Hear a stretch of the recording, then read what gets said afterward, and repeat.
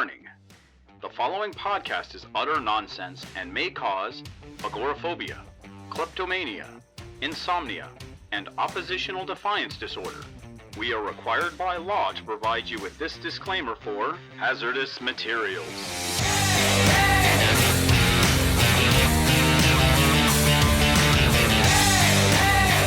And welcome to Hazardous Materials. What is up? Hello, my name is Casey Johnson. Gideon Gonzalez, as always. As always.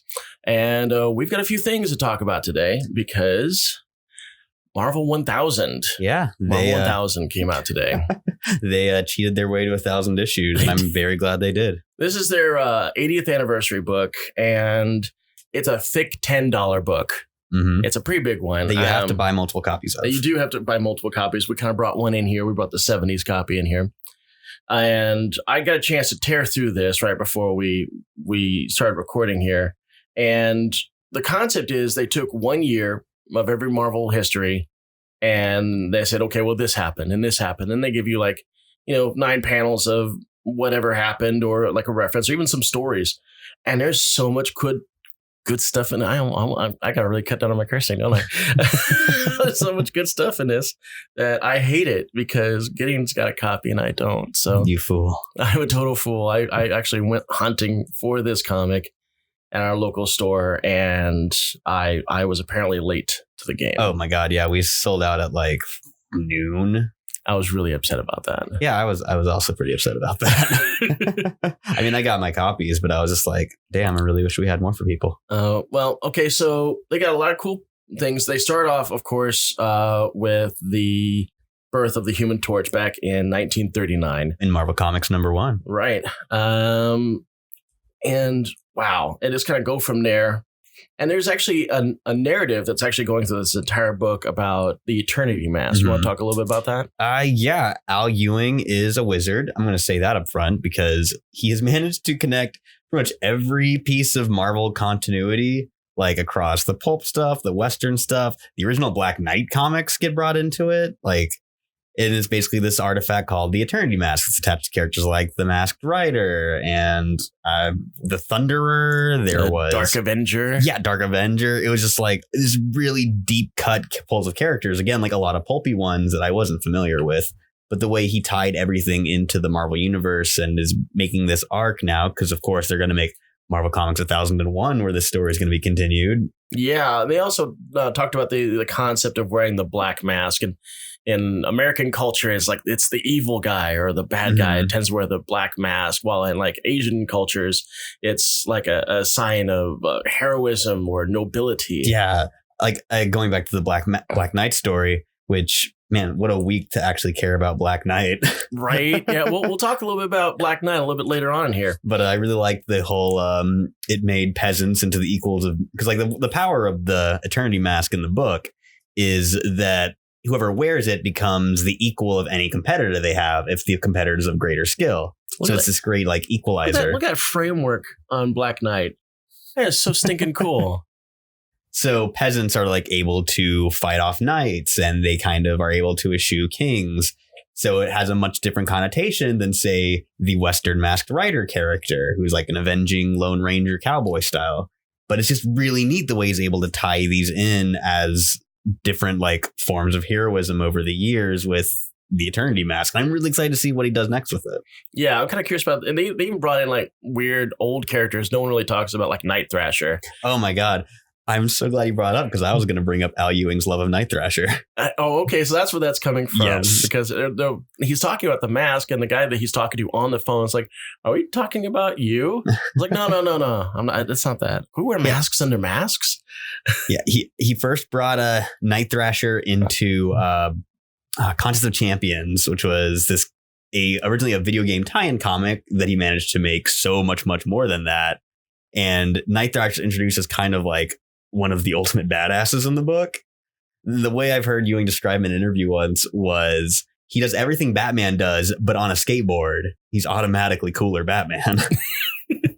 I also want to talk about for the year 1962, they talk about the fact that Spider-Man debuts Amazing Fantasy.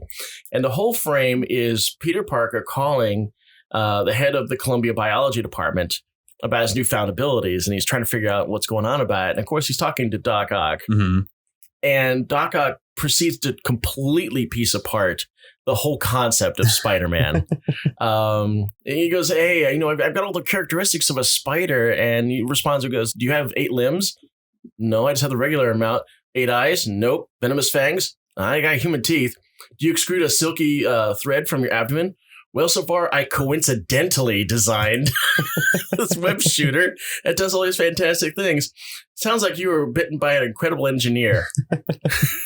I really loved, there's a bunch of Spidey stories, obviously, because Spider-Man. I think my favorite one was the one by Brad Meltzer and I'm blanking on his name.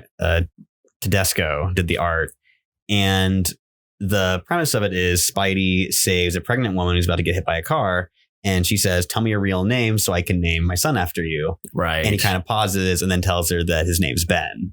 And the kind of like the ending is this montage of all of these parents naming their kid Ben, presumably because they were in a similar situation. And that really got me. That was really nice. Sweet. I loved that one. I actually really enjoyed that too. And they also do talk about some of the licensed properties that they've had on and off, like Conan and Star Wars. Ones that they have again. We're not getting a Transformers page in here. Sadly, unfortunately. And I want to talk about a little bit about Darth Vader's role in the Marvel done comics, because every time he's on. Like, the best Darth Vader stories are in the Marvel comics of the last 5 years. Easily. Like, they're so good. He has the best lines. Like this, there's a page in here called Red 4, and it's all about a rebel trooper that suicidally hit Vader's his ship. And all the rebels are like, "Holy crap, this is going to be a blow to the Empire. We're going to be heroes and all this other stuff." And then all of a sudden, the rebel comes apart, or the rubble comes apart, and one of the rebels looks over and goes, "No." And then Vader looks up and goes, "Yes." And the lightsaber goes off. Like, holy crap, if that was only on like a TV show or a movie, that would be just as good as the Rogue One final scene, which is the best Vader scene ever. And I'm okay to I think totally geek about that. My favorite Vader scene, like just period, is in the Vader Down comic. It was like a crossover between the Star Wars book and the Vader book, where the rebels are like, "We've got him surrounded," and Vader just goes, "All I'm surrounded by is fear and dead men." So awesome. So good. Kieran Gillen's Darth Vader run is the best thing to come out of Marvel regaining the Star Wars license. It is so good. I got trade paperbacks just because of all the damn one-liners that Darth Vader shoots out. If only he was more self-aware just how menacingly badass he really is. I think he is. And I think that's the reason why we're getting this. It also, we go into a little bit about Alpha Flight, kind of. The first appearance of Guardian as Weapon Alpha back in 1978. We got She-Hulk, which we're going to talk about a little bit later. We're going to talk a lot about She-Hulk. Let me tell you the that. Hercules page, I loved, and I did not know that Prince of Power was the first Marvel miniseries. Yes, I had no idea. Right before Frank Miller's Wolverine. I like that they mentioned that in there. Yeah. Yeah, and it's so self-aware because they're talking about, "Hey, come on out, Hercules, and talk about this." And he's like, no, you need to talk more about me and talk about all the many fair maidens that I have laid other than Thor. And, is this about Thor? No. I love Marvel's Hercules. He is one of my favorite characters, and I really wish they would bring him to the MCU. God. That would be a great opportunity to do it in, Eternals would be a great opportunity for them. But then I'd have to, be excited for Eternals, and I don't want to do that. We're going to talk about that too. We're going to talk about our lack of excitement and our excitement about several projects coming out in the second half here. Let's see what else. There was another thing that I really liked, and that was they did a page for 2008, and this was the Iron Man movie released. And I don't know if I can do this justice by describing it, but it's basically panels of old Iron Man armor helmets coming off, coming apart, coming on, coming apart. And then the last frame is just a picture of Stark's face, and it comes apart, and then there's nothing. Yeah. Chip Zdarsky's going to be selling that as a print for years. It's gorgeous. I want that on my wall. I don't even like Iron Man. That really hit me. I was like reading this. It's like, yay, this is great. Yay, this is great. Look at all these references. I'm not prepared for this. My heart is not prepared for this kind of damage. I liked J. Scott Campbell poking fun at his ridiculous Mary Jane poses. That was really fun. Oh, yeah, the Mary Jane page. And Yes. honestly, I was like, man, I miss J. Scott Campbell doing interiors. I know he's doing Spawn next week, which, man, I can't believe we might actually talk about a Spawn comic on here. Oh, God. I hope not. Now, throughout the rest of this, let's go back to the story that's going about this whole the thing. Eternity It Mask. starts off way back in the 40s with three men. They call themselves X1, X2, and X3, the three X's. The three X's. These are apparently the gentlemen who are concerned about the next step of human evolution. Which The they're next wave of human evolution. Yeah, but they're not talking about mutants because this is the 40s and Marvel hasn't cashed in on the idea of mutants and wouldn't for another 20 Bomb years. hasn't dropped yet. So the premise of this book comes through, and now we've got a Wu from Agents of Atlas. We got Night Thrasher, and we got Blue Marvel. Now the new 3Xs. Yes. So I'm really kind of curious to see where this weird collection of people, but they nail it. You got Wu is from the 50s. Yeah. And what was it Blue Marvel? He's from the 50s or 60s? He's the character, I believe, is from the 60s. Like in universe, he's from the 60s, but he's created in like 08, 09. And then, of course, you got Night Thrasher, which screams 90s. Oh, yeah. He's got a skateboard. So we got He's got a skateboard and a fanny pack. And he actually had the skateboard in his hand. He's just carrying it around. I love it. Oh, now you're trying to hide his silly ass. Everything that Batman origin. does, but on a skateboard. It's automatically cooler. I'll make the rules. Now, of course, we're ended with what is apparently the new masked rider wearing the mask of eternity. Did you see there's an extra last page? Yes, I did. With, after that. And a all-time classic Marvel Cosmic character comes back. Michael Korvac. Who was involved in the Skrull-Kree War of the 70s with the Avengers. That's when the first Captain Marvel was running around, Marvel himself.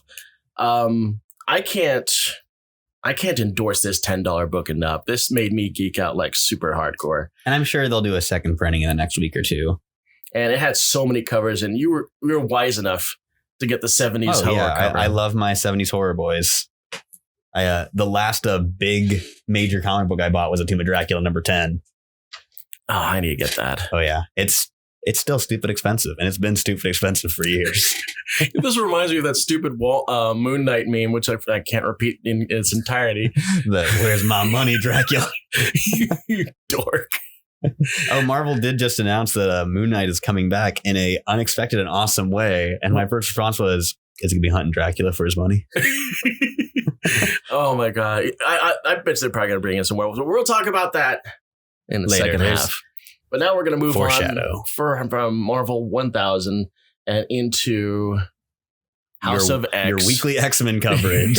your weekly novel of House of X, and this is just as thick with stuff that the other books are. But we got the alphabet now. We got the Croatoan. Yes. Croatoan, as it says.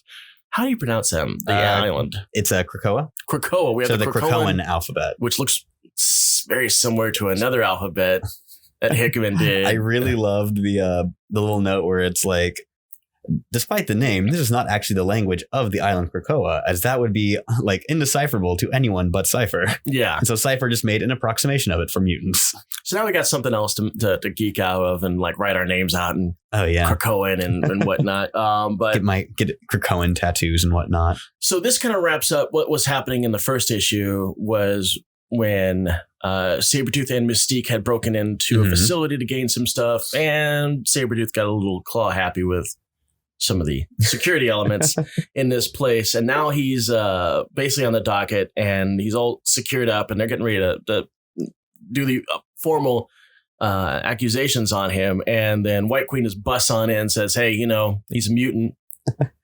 He's a citizen of Krakoa, and therefore has... We just negotiated complete diplomatic immunity with the entire world. So I'm going to take this murderous monster. We're going to head on out of here, and you're going to let it happen. Which really explains why Cyclops was so nonchalant about them taking Sabretooth. It's like, okay. We'll figure it out later. Exactly.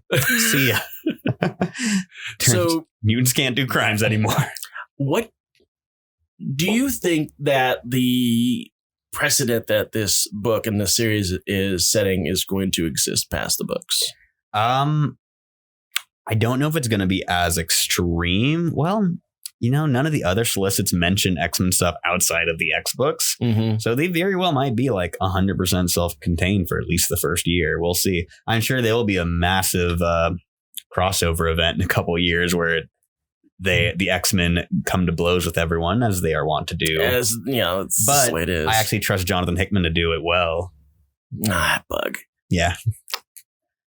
So what was your takeaway from this issue, aside from Sabretooth looked really good in it? They did. The X-Men are all dead. just the Blackbird just gets blown up on on Mother Mold. Oh, that's right. Which, the big Mother Mold thing around the sun. Ooh. Man. Tell me. Damn it. I'm blanking. I had a big point, but I can't remember what it was now. Oh, yeah. Moira's purpose. That it's not just to stop the AI from taking over because it's inevitable. It's specifically to stop Nimrod. Yeah, because it's inevitable that Nimrod or some concept of Nimrod will show up, and then that's going to be the end of mutant kind. Exactly. And I really, because she recognized okay, we can't stop AI from happening. That's going to be a naturally occurring thing. But we can stop specifically Nimrod, who is the end result of the Sentinel program. And humans are at the Mother Mold stage. They're ready to turn her on. Mm-hmm. And then they'll talk about what is self-aware and what is self-replicating. Yeah. Oh, I love that flow chart of just explaining exactly Moira's plan, what a Nimrod is. Man, I cannot believe my boy Nimrod is doing so well for himself. And he seems to be the end all beat all. It's once you get Nimrod stage, that's the terminus. Mm-hmm. You can't get better than Nimrod, period. Yeah. As much as I'm loving omnipotent future dictator Nimrod, I do kind of miss my living in New York, being a construction worker Nimrod. Exactly. A sweet boy. So we don't know what's going on with Moira McTaggart just yet. She was killed by Wolverine in life number 9. We don't know where life number 10 is taken us just yet. Yep. Or where life 11 might show up. So I guess we're just going to have to keep waiting on those issues. Moving on. We took a look at Avengers. Oh, man. It is the funnest blockbuster comic right now. Yes. It's just nuts, and I love it. Knee deep in Ghost Riders. Oh, so many ghosts. So many Ghost Riders. And this comes almost as a herald for the new Ghost Rider book that's coming out. Mm-hmm. That's going to star Danny Ketch. What's it? Is it called The Fear of, or was it It's Fear the Ghost Rider. Fear the Ghost Rider, pulling a little Walking Dead stunt there. Yeah, very excited for that. Jason Aaron doing Ghost Rider stuff again after his amazing run on Ghost Rider is very exciting. The only downside to it is a character who I don't much care for shows up at the end, who is a package deal of Ghost Rider lore now. Tell us. Cosmic Ghost Rider. Do not like him. I am a mixed bag on Cosmic Ghost Rider. I like him for almost his self-aware comedic points, but as a character, I don't like that it's Frank Castle. Well, there's that, and he's also got that Sentry vibe to him that I never really dug. That he's just kind of untouchable. Yeah. He's I used to be the Herald of Galactus, and then I killed him. I used to work for Mephisto, and then I beat him. I used to work for I was one of the last beings alive at the end of time with Thanos, and then other Thanos killed him. I'm expecting Squirrel Girl to actually be in that armor. Oh man, that'd be a great twist. That would be the end. Just I'll say this positively on Cosmic Ghost Rider. I do like how he was used in Donny Cates' first Thanos run, which on the whole I didn't really enjoy, but I liked Cosmic Ghost Rider. In that reference, it makes sense. Very small amount. He's a side character. He's the fun comic relief between two very angry Thanoses, two grapes at war. Grapes of Wrath, even. So, just to kind of give you an idea of what's going on in the Ghost Rider continuity, Johnny Blaze is still a Ghost Rider, but he now replaces Mephisto on the throne of Hell. And we got, is it Ronnie or Richie? Robbie Reyes. Robbie. I knew it was an alliteration of some sort. With the Hell Charger. And he's in Hell. And, Johnny Blaze is trying to explain, it's listen, you really got to do this. You got to race me. Mm-hmm. So I can take your power, so I can keep, the forces of evil at bay. I have to have your power. Come on. You got to think about this rationally. And Reyes is like, no, I'm not going to do that. I'm not going to do that. It's like, okay, listen, I don't want to do this, but I might totally screw up your brother if you don't do this. And it's like, okay, I'm going to do this. I don't appreciate that. No. I loved the Death Race 3000 style, just like Mario Kart on crack aspect There's to no it. rules. Like, you realize that when they start shooting flesh cannons at them.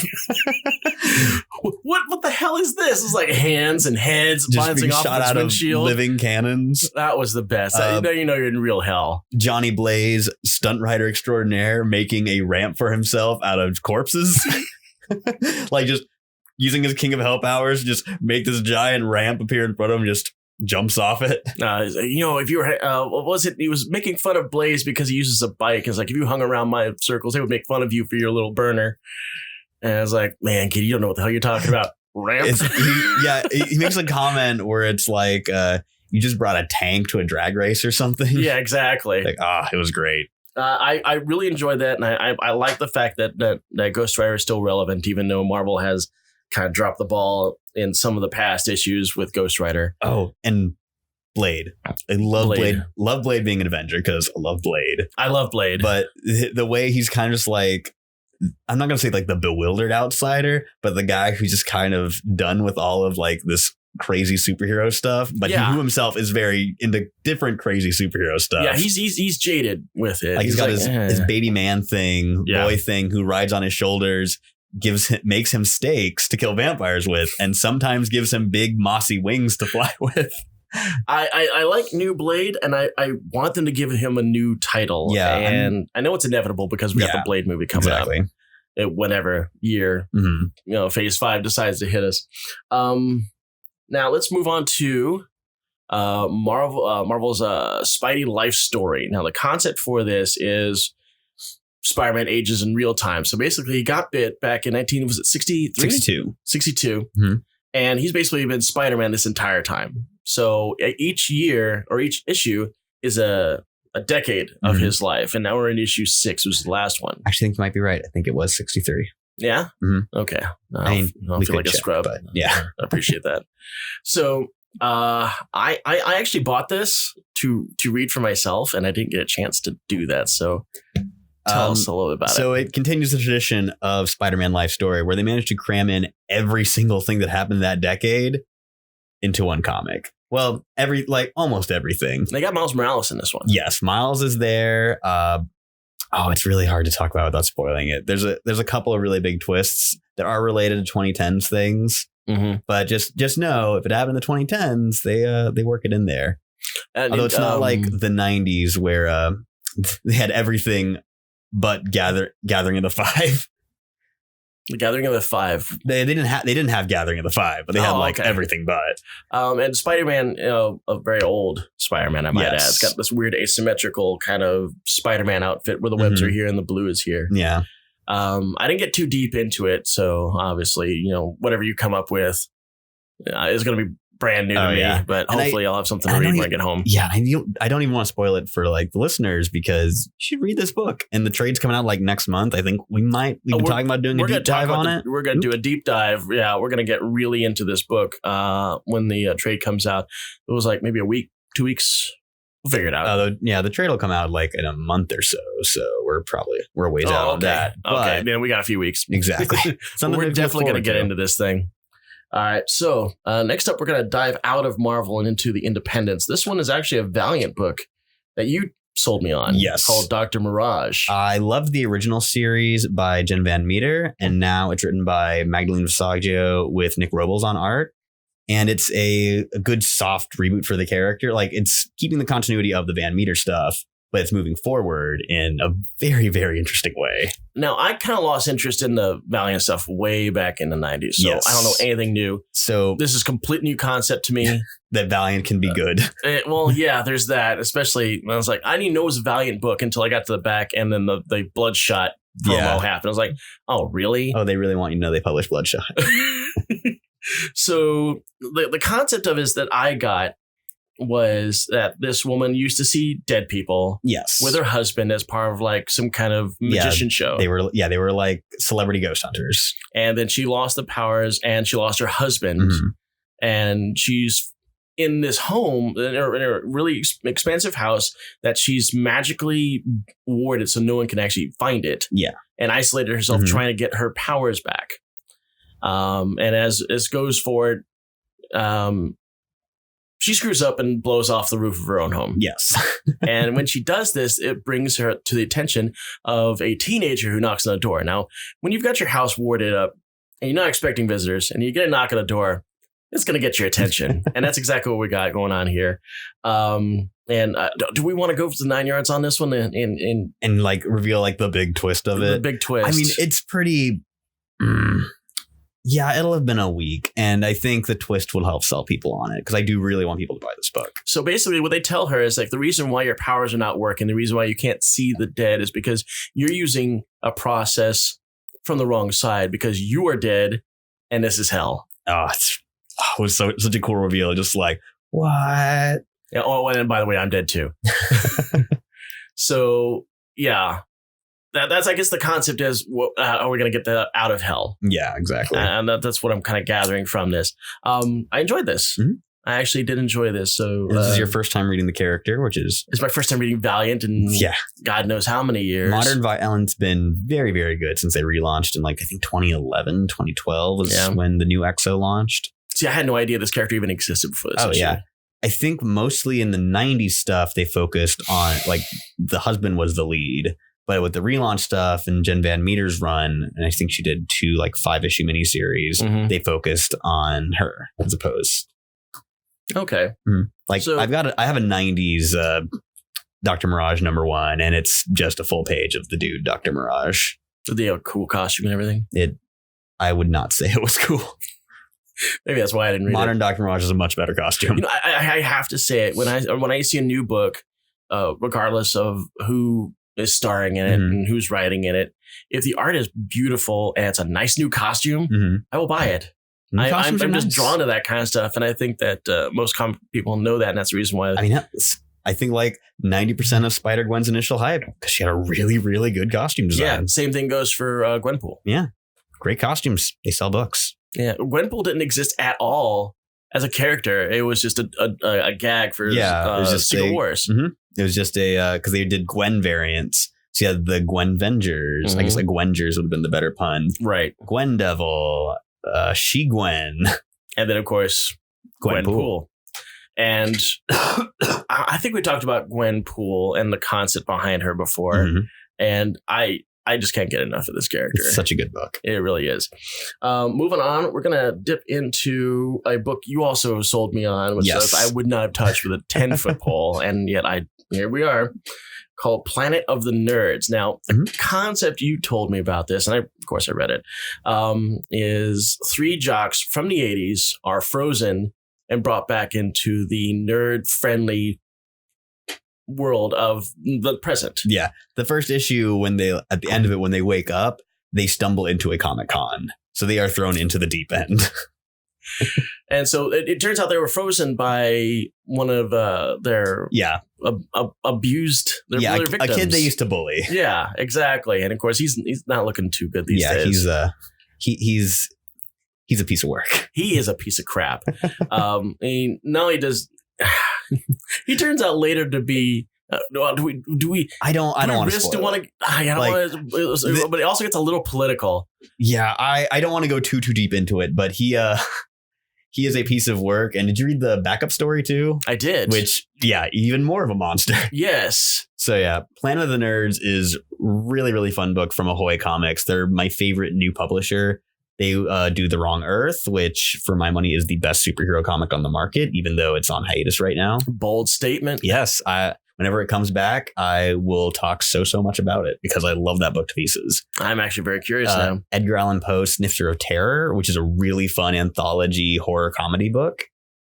It seemed to do a lot of comedy books. I'm really surprised by that. And Bronze Age Boogie, which is another favorite of mine from them, where it's basically just a love letter to 70s comics tropes. So you have talking apes, barbarian princesses, kung fu masters, vampires, kung fu masters. Everything 70s comics is mashed up into one battle book, and it's super, super fun. Oh, God, you know what? That totally reminds me when we talk about Kung Fu. And in the 70s, Kung Fu was a big deal, showing up in DC and Marvel Comics. And it brought forth characters like, Iron Fist and Shang-Chi.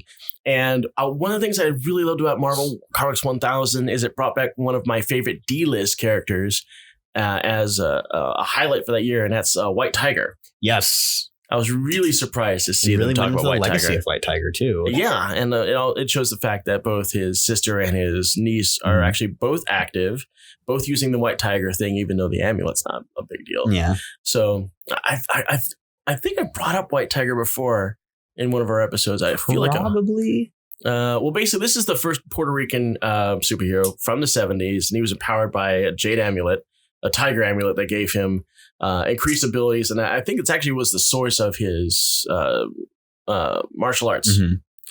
And unfortunately, he went out. He was wrongfully accused of murder, and while trying to escape, he was killed by police. Yeah. So now we have his legacy. But I was really hyped about the fact that he was in that book. That was really, really cool. And then his niece was she was just on cartoon, like the Ultimate Spider-Man cartoon for 5-6 years. That's actually my favorite version of it. Yeah. I really love the White Tiger thing. So let's quickly hit the DC books that we were supposed to look at. Well, aka you looked at. Yes, I say I'm not reading a ton of DC books, but the DC books I read I love them a lot. Terrifics has one of my favorite casts in comics ever, with Mr. Terrific, Boy Metamorpho, his dog Mutamorpho, Plastic Man, and a new take on Phantom Lass from Legion Superheroes. She is the ancestor of the Legion Superheroes character. Oh. Mm-hmm. Oh, cool. I was wondering about that. Yeah. I think I actually saw photos. I was like, is that the same Phantom Girl? No. Yeah, it's a precursor to her. Oh, okay. She's of the same, she's from the same world, and I'm fairly certain she's her ancestor. I can't remember she's got a really weird to pronounce alien name. So why did you like this book? Well, this issue in particular was a Bizarro story, and Bizarro is one of my favorite characters of all time. I do remember that. This one, it's a Year of the Villain tie-in, which on the whole I'm kind of lukewarm about, but has one of the funnest takes on the idea of Lex Luthor buffing up supervillains, where in this one, he gives Bizarro a time machine so he can become Superman's true opposite, the Man of Yesterday. Oh, God, as opposed to the Man of Tomorrow. Okay, I got it. Bizarro finds Bizarro World is becoming more and more dependent on technology than him saving the day. Oh. And so Bizarro decides, I have to go back in time and stop this invention from happening so people will need me again. But all in Bizarro speak, obviously. So which is really hard to follow. So he goes back in time and beats up Bizarro, Mr. Terrific, Mr. Terrible, who's T-globs instead of T-spheres have been making everyone's life very simple. Then he comes back to the present. The T-globs are gone, but now Dr. Will Magnuts and his Bizarro Metalmen are making everyone's life easier. So then he teams up with Mr. Terrible, goes back in time to beat up Will Magnuts, comes back up, and they just kind of get like, oh my God, we have to destroy every invention ever. So they stop Bizarro World ever inventing fire, the wheel, computers, algebra. Okay, that's got a little off the deep end. So what happened to poor Bizarro World after all that? It still kind of comes to the same conclusion. So they're like, we have to go to Earth now. If we stop Earth from ever having technology, then Bizarro World will never have technology. So he puts together his Bizarro Terrifics with a Phantom Lass who is completely invisible, and I don't think she can go through things. A Plastic Man who is made of hard, rigid plastic. Oh, lovely. And a Metamorpho who is aggressively handsome and has a gigantic spit curl. Versus our Metamorpho who looks like pieces of clay stuck together. Strong as metal, homely as sin, as his theme song says. Yeah. All right, so we got to wrap this up. We got Martian Manhunter to cover, and then we got to take a break. Mm-hmm. So Martian Manhunter by Steve Orlando and Riley Rossmo is a great noir horror story with Martian Manhunter. It's about his police detective partner finding out that her partner, John Jones, has been replaced with a Martian. And there are more Martians on Earth, and they got to hunt him down. It's got some great, creepy, very visceral artwork. There's lots of flashbacks to Jean's times on Mars, which are really trippy and weird. There's a full-page Martian sex scene where it's essentially they just melt into each other and become this just like blob. It's so weird. Oh, you Martian. I don't know. I couldn't get into Martians too much. I mean, I enjoy Miss Martian from Young Justice, but she's actually not even a true. She's a white Martian. She's a white Martian, which is completely alien looking. Yes. You know, we got the green Martians. They have that weird, extended, impossible man head. Big old brows. But white Martians are just a big mix of fangs. Just terrifying monsters. They're really horrifying things. And that's not even getting into the Saturnians. Gem, son of Saturn. All right. So with that out of the way, we're going to take ourselves a little break here, and we'll be right back. We're going to talk about the Joker. We're going to talk about the Flash, and we're going to talk about the Fallout from D23 Fallout. God, There's so many good things in D23. I don't think Fallout's the right word for it, but we got a lot to talk about. Decompression from D23. All right. We'll see you in a bit. Hey, this is Brooke with Haphazard Fiction, and I want to thank everybody for tuning in to this week's episode of Hazardous Materials, last week's comics this week. If you're not familiar with everything the guys are talking about today and would like to know more, we definitely recommend that you head down to your local comic book shop. There you can find all your favorite titles. If you happen to be from San Antonio, you can head down to my favorite store, the Dragon's Lair. They have 2 locations here in San Antonio, one at Alamo Ranch, one in the Medical Center, but they also have a location in both Houston and Austin. Here at the Alamo Ranch location, you could meet Rose and her team, who are happy to take care of you. They can set up comic book subscriptions, do special orders on back issue comics, graphic novels, board games, role-playing games, anything you could possibly want to satisfy your inner nerd. And as always, if you like what you're hearing here at Haphazard Fiction and with Hazardous Materials, we invite you to become a patron. As a patron, you can help us build our podcast community, improve our equipment, and hopefully at some point be able to provide you with even more content. You can get there by going to our website at haphazardfiction.com or go to Patreon and search Haphazard Fiction. You can join for as little as $3 a month, and I guarantee you every dollar counts. So from us here at Haphazard Fiction and the guys over at the Dragon's Lair, thanks again for listening to Hazardous Materials. And we're back with all of the so many movie and TV news to talk about because there was D23 this past weekend. D23, yes. This is what Disney likes to call it's San Diego Comic-Con Part 2. Yellow French there. All Disney stuff, so. Yep. So we knew that they were holding some cards close to the chest. But before we dig into that, I want to talk about something that you and I disagree on. Oh. And that's the Joker trailer that came out recently. And how do you feel about it, Casey? I think it is going to be a Scorsesean masterpiece, and you don't. I think it will be a shadow of Scorsese, a particular Scorsese movie, The King of Comedy, which it basically just looks like a remake of. Oh, now I will. Okay, granted, this does take place in the 70s. And when Robert De Niro's character came up on the television, I actually thought he was watching The King of Comedy. I had to take a double take, and then realize, oh no, he's talking about Arthur, which in this story is what Joker's name is. It is I know Martin Scorsese is attached to the movie as a producer. Obviously, De Niro is homaging not his role from King of Comedy, the Jerry Lewis role. And originally, Scorsese was going to direct this. Yes, but then handed it off to somebody else. It's just like, so I like some ideas in it. I do not like that it is tied to the Joker as an IP. I think I'd be much more excited for a modern King of Comedy that ties in class warfare elements if it wasn't tied to a character as singular as the Joker. I don't mean that as just like there's only one way to do the Joker. I meant that as in a character's omnipresent with such a cultural influence as the Joker, you know? No, I get what you're saying. But at the same time, I also like the fact that this does feel like, some old school 70s crime drama. At the same time, the struggle for Arthur and his happiness, his mental health, his family and everything. I like the fact that throughout that, we're going to give you a Joker. You're going to get one. And it's going to be just as big as the other Jokers are. And clearly it is because, some of the clips in that movie showcase people wearing his makeup and his mask. So he's obviously got a big thing going on towards the end of that movie. And I mean, Joaquin Phoenix don't do bad movies. So. No, he doesn't. I mean, I'm going to check it out, but it's just not something I'm particularly excited for. It's been in my rear view a little bit, so much so that I actually had no idea it was coming out in just 2 months. But I definitely going to see it opening night. Yeah, October is going to be very clown loaded month between that and It. I think it's coming out in September. Is it coming out next month? It Part 2? Yeah. Oh God, I want to say it's coming out the 12th or? Yeah, pretty soon. But it's going to still be in the theaters for October. It's going to be a lot of clowns. They'll like have a huge opening. It'll lull for a bit. And then October, people want to go see a spooky movie and it'll come right back up. Yeah. Just like the first one did. And then, of course, 2 months after that, we got Star Wars, which we're going to talk about. Oh, boy. Damn.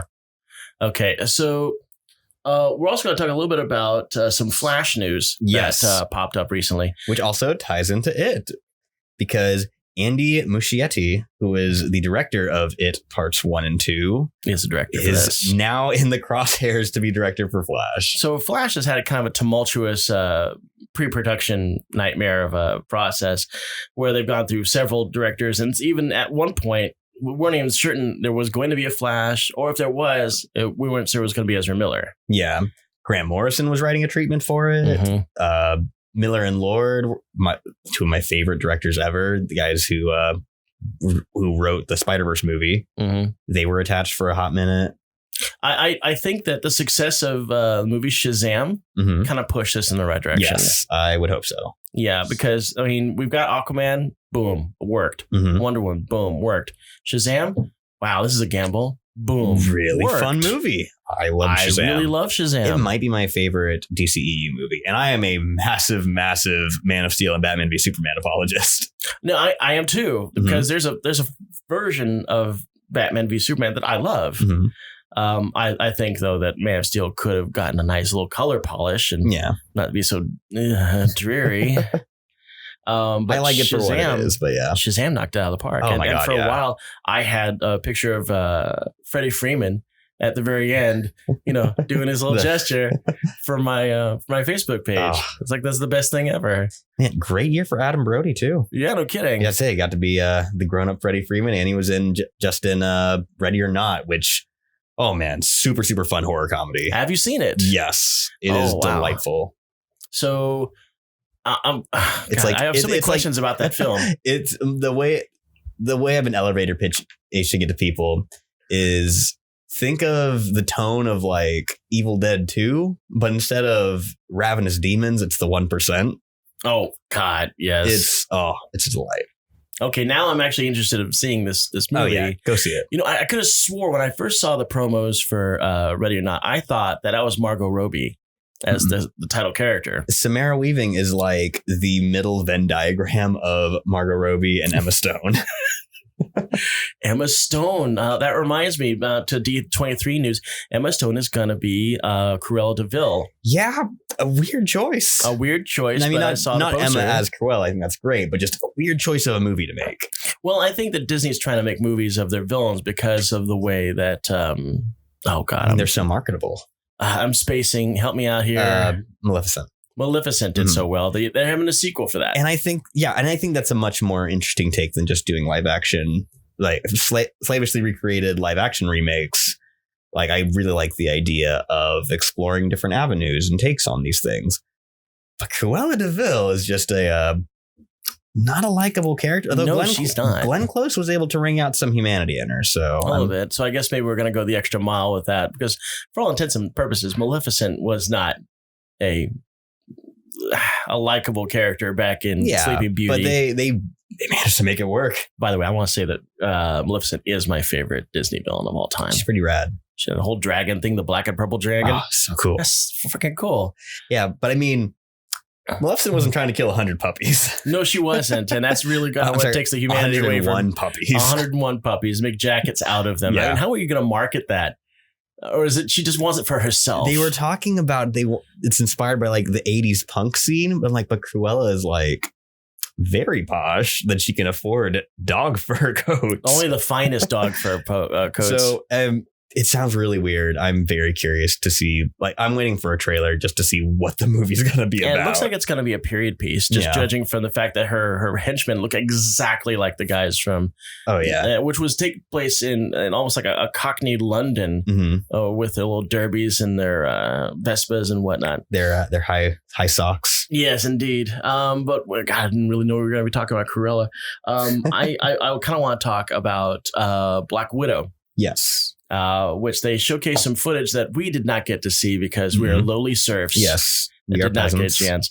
But some new characters were showcased in this poster that they released, one of which is Taskmaster, which we've got our reservations about. Yes, I don't like that he's got a robot skull look with sunglasses. Yeah, I'm a huge Taskmaster fan. Love that guy. I don't want sunglasses Taskmaster. Yeah, they look real doofy. I'm hoping that, like what we were talking about before we started recording, that once the camera starts rolling on that one, we'll see something better. I mean, being its Taskmaster, I would be very amused if he like dramatically whipped his sunglasses off for a fight. That would it would just be skull eyes. Exactly. That'd be great. But when another character was revealed that had not been revealed, it was just talked about, was Red Guardian. My boy. Right. Russian Captain America.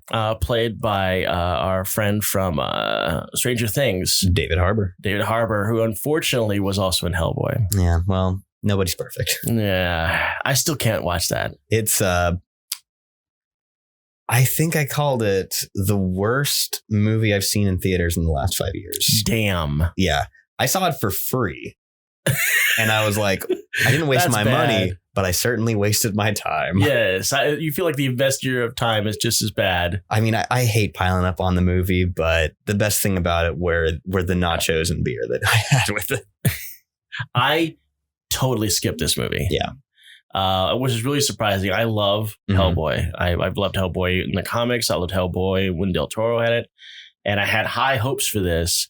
But then when I heard the buzz about it from people that I trust. There was that article, I think it was in The Guardian.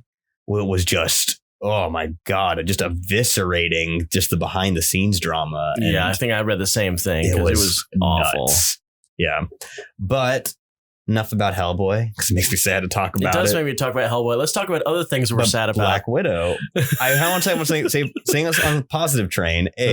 Red Guardian's costume looks awesome. Red Guardian's costume does look awesome. I was leading into that.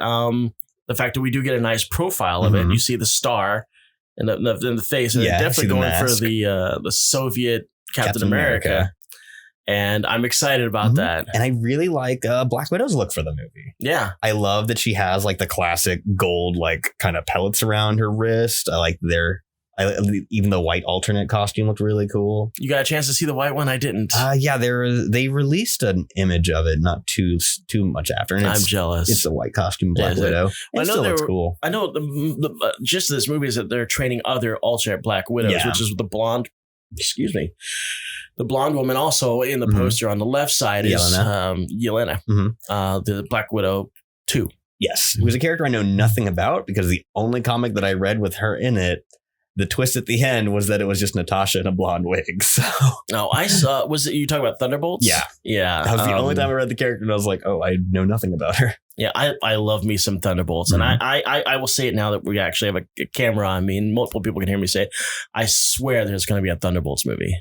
Fingers crossed, man. Because Baron Zemo is alive. Yes. He's wearing the mask. He's radically different from his comics counterpart, but I don't care. I want a Thunderbolts movie. And Marvel is starting to pull away from let's kill every single villain in every movie. Yeah, let's build up we got Abomination there. Yeah.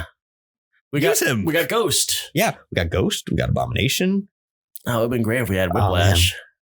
There was a Thunderbolts movie that oh my God, Justin Hammer. We've got Justin Hammer still. Have Justin Hammer. You can have him pilot a drone or something. Yeah. Or just funding them. Or have them be like, oh my God, that would be perfect. We're making a movie now. You have to be in the suit. Yeah, like a few years back, I was like, we're getting a big band of superheroes and Justin Hammer's back. I fanficked a MCU Thunderbolts movie. Oh my God. The kind of like the driving agent of it was going to be like Die Hard in a supervillain prison. with Purple Man as the main villain, where he's like controlling all the other villains in the prison, but are like quartered with Thunderbolts, are immune to it for mysterious reasons. Man, it would have been great if we could have gotten like Luke Cage in on this. Yeah. Oh, the Cage era of Thunderbolts is so good. It was. This is now it's no longer the Blade 4 hype podcast. It is now the Thunderbolts hype podcast. We are now Thunderbolts. This is Thunderbolts episode 3. I am all about the Thunderbolts. Thunderbolts is my favorite villain hero team. For those of you who probably don't know what we're babbling about here, back in the 90s when Marvel thought it would be a great idea to take all of their major properties and stick them on an alternate Earth. Oh, because that always works. Because that's going to be great for sales, including Fantastic Four and Avengers. Well, there was a void left by this, and Baron Zemo was like, you know what? I'm going to put together a hero team made of villains. And we're going to take over. We're going to be badass, just like lightning. We're going to pretend to be heroes, and when they least expect it, we're going to pull whatever we're going to pull. The best thing about it, though, is that wasn't the marketing. That it was marketed as the next hero book. And then the last page of number 1 is Citizen V takes his mask off, and it's Baron Zemo. And then they're showing the alternate identities. And see, we had Baron Zemo was masquerading as 40s hero Citizen V, little known. Patriarch hero. Then we had Scream and Mimi as Songbird. We had the original Beetle was Mach 3 at the time. Yes. He's gone up to 8 or 9 now. Yeah. Goliath was Atlas. And then we had the Fixer was Techno. Yep. And am I missing anybody? Moonstone. I can't Moonstone remember. was Meteorite. Yes, Meteorite. I can't remember what her hero name was. Yeah. And of course, the hook of this is that slowly but surely this villains becoming heroes turned into heroes. You fake it till you make it. You fake it until you made it. And God, I love that book so much. It's so good. And even the later iterations, I love the Warren Ellis run. I love the Jeff Parker's run with Luke Cage leading the team. I love the Hawkeyes. Yeah, Hawkeyes team. Oh my God. Oh, we're getting away from what we're talking about because we're talking about Thunderbolt's greatness. Maybe they'll bring another Thunderbolts book back in so we have a reason to talk about it in the future. Yeah, maybe we'll have a tiny little episode, maybe a mini episode. Ooh. See that foreshadowing? A mini episode. I just bring my short box full of Thunderbolts books and just be like, I remember this. We're just going to go over all of them, frame by frame. Okay, next we're going to talk about something that you and I agree on right now, and that's the fact that the costumes for the Eternals make them look like the Inhumans. They're so boring looking. They're really dull. After Thor Ragnarok showed, hey, you can go full Kirby and it looks amazing. This is what we get? Yeah. The Eternals are already such a hard sell. A very hard sell because it does feel like it's Inhumans. Because we're talking about a family cosmically powered practically. Yeah. Not human, and no one knows crap about them. Might as well be Inhumans. Exactly. No one really cared about them until Marvel's like, hey, care about them. They're important. Because no one's screaming for an Eternals movie. Yeah. Not a single soul out there is like, I want an Eternals movie. Not even Neil Gaiman could make a good Eternals story. That's how boring these characters are. Jack Kirby at the height of his power could not make Eternals interesting. But this is apparently going to happen, and it's not a show, it's a movie. So they're throwing big bucks at this thing. They're throwing big names at this thing. Yeah, you know what? I think that Angelina Jolie, her entire repertoire of work the past 5 years is Disney. Because I haven't seen her in anything. And then D23 comes out and boom, she's in Maleficent 2. Boom, she's in Eternals. We love Angelina Jolie. She's getting that Marvel money. That Marvel money and that Disney Marvel money. It's all Disney money. But it really is. But, it matters that it's Marvel money. Yeah. But on the note of getting people to care about the Eternals, they did announce 2 of the leads of the movie, which I already thought we had the lead with Richard Madden and Angie J. That's what I thought. Yeah, but Gemma Chan's going to be Cersei. Yeah, who was a notable absent when they announced the cast at first. I was like, where the hell's Cersei? She wasn't on there. And she played Minerva in Captain Marvel. But I love Gemma Chan, so I'm not going to say no to more of her other movies. And characters that I never expected to have to care about in my life. Dane Whitman, the Black Knight, played by Kit Harington. I never thought that we'd have a Black Knight in the Eternals. I guess I never thought we'd have a Black Knight movie period because I'm thinking since he's an Earth guy and we're all talking about these aliens. Well, for all intents and purposes, Cersei aliens were involved in the 90s, right? Yes, Back when they were Avengers together. The leather jacket era. Yes. Yeah. Which if that's not his costume in the movie, I'm going to riot. Gotta have that dumb knight helmet, that leather jacket with the big old A patch, and a lightsaber. Yes. Which they can call it a lightsaber now. Yes, they can call it a lightsaber. Yeah. This is my lightsaber. Look at the camera. Wink. It's the best, dumbest design ever. And it's the only time I've ever been like, oh, Black Knight's kind of interesting. I think he's going to be our point of exposition. Like, he's going to be our everyman who's like, what the hell is this? Well, this is the eternal way of doing this. And this is the eternal way of doing that. Wow, that's really strange. Will he say things like, I don't want it? Yes. Oh, yeah, he's going to be British. He has to be very proper about the whole thing. Very pop. He's like, I'm really glad that we don't have any British listeners. I was just doing more of just a Jon Snow, the final season of Game of Thrones. I went all on that. Well, I went on. Yep. He really phoning it in on that last season. But you know what? I feel kind of bad for him because I'm sure he was like, can't wait to do see my career next. What do you want me to do, Marvel? I'm so excited. I got all this free time now, like Game of Thrones. And it's like, we want you to be superhero Jon Snow. Yeah. Hope you like that. Hope you like wearing black armor and swinging a sword around. Yeah. Hope it doesn't suck. Who's directing Eternals? Do you know? I don't. It's no one memorable. I don't want to say she's not memorable. I'm just not familiar with her work. Like, I know she's done some recent stuff. Has she? Hold on. Let's give it a Google. Let's give it a whirl. Throw up the color bars. We find out who's directing the... I mean, I don't want to be a jerk and be like, oh, it's no one important. Because, no, I mean, they're giving... Watch it be like some supremely important person. Like, they're getting a Disney movie. Yeah.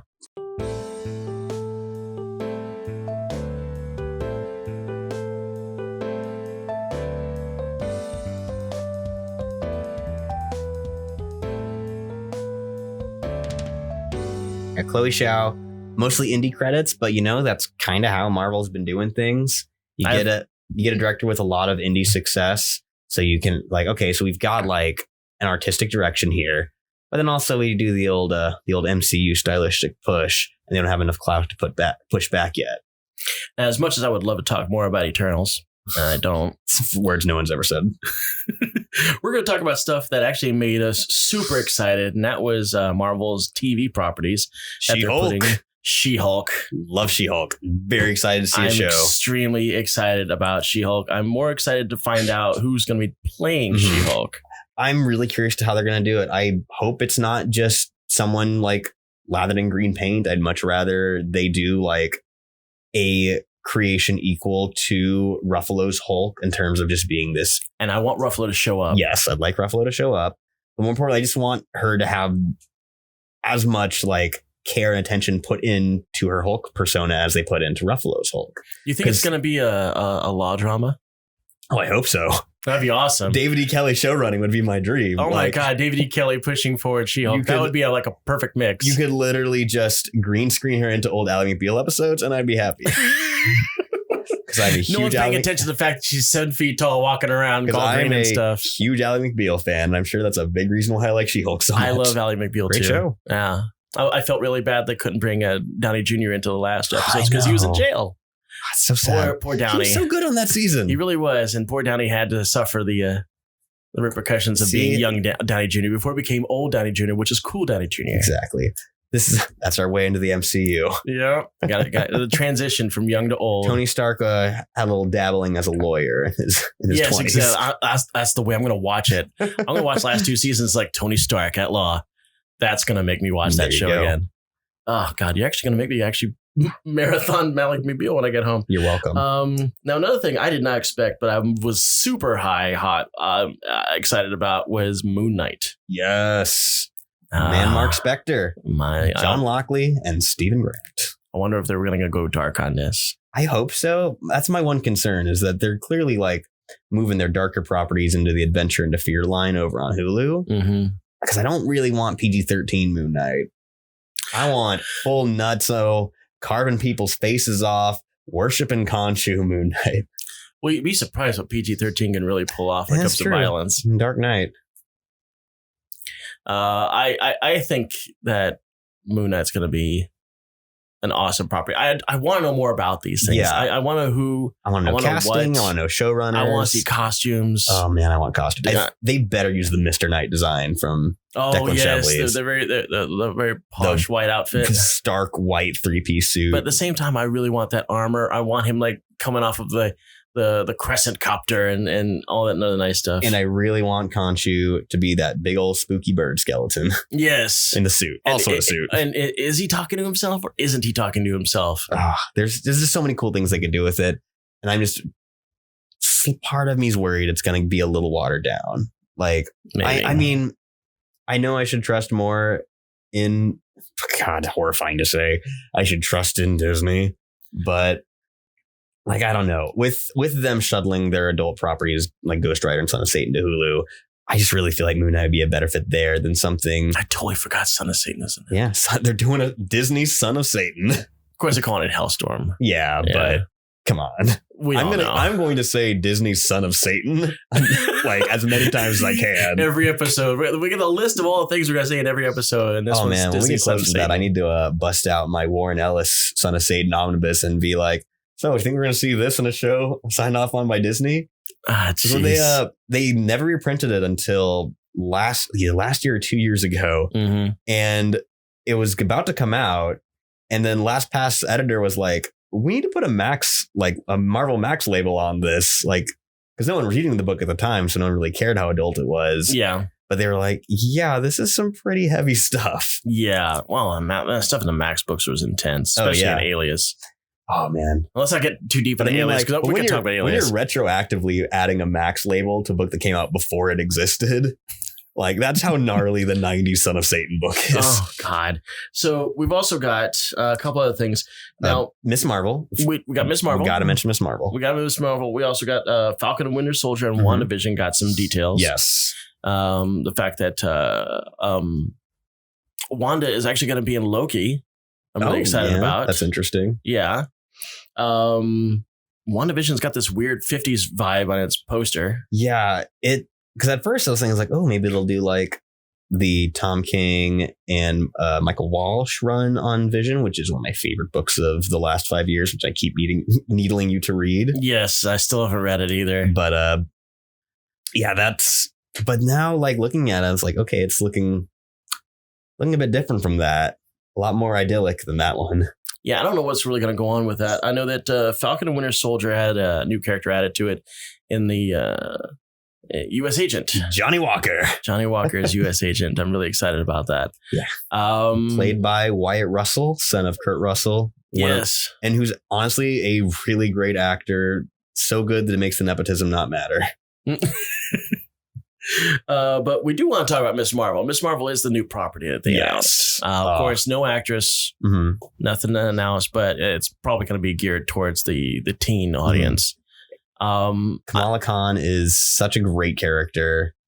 She debuted like 5 years ago now, I think. A few years. Popped up in 2014. You know, when I was posting stuff about this on Facebook, I had some rando go, oh, why are they doing this? This book didn't sell for crap. And also sold really well. Dude, it's like the #1 graphic novel for young adults for several years. Exactly. And like, even if you're like, even just beyond just diamond sales, like it does sensationally well in the Scholastic market. Does amazing at like regular booksellers like Barnes and Noble. Amazon's got #1. Yeah, like it has been a massive runaway success for years. When people ask me, I want to get my kids into comic books, I want to get them reading.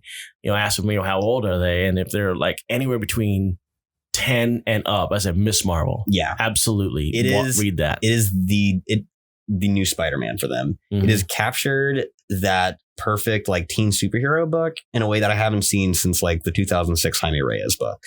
Now, I do want to say, though, that the creator of the Miss Marvel book, whose name escapes me. G. Willow Wilson. Thank you.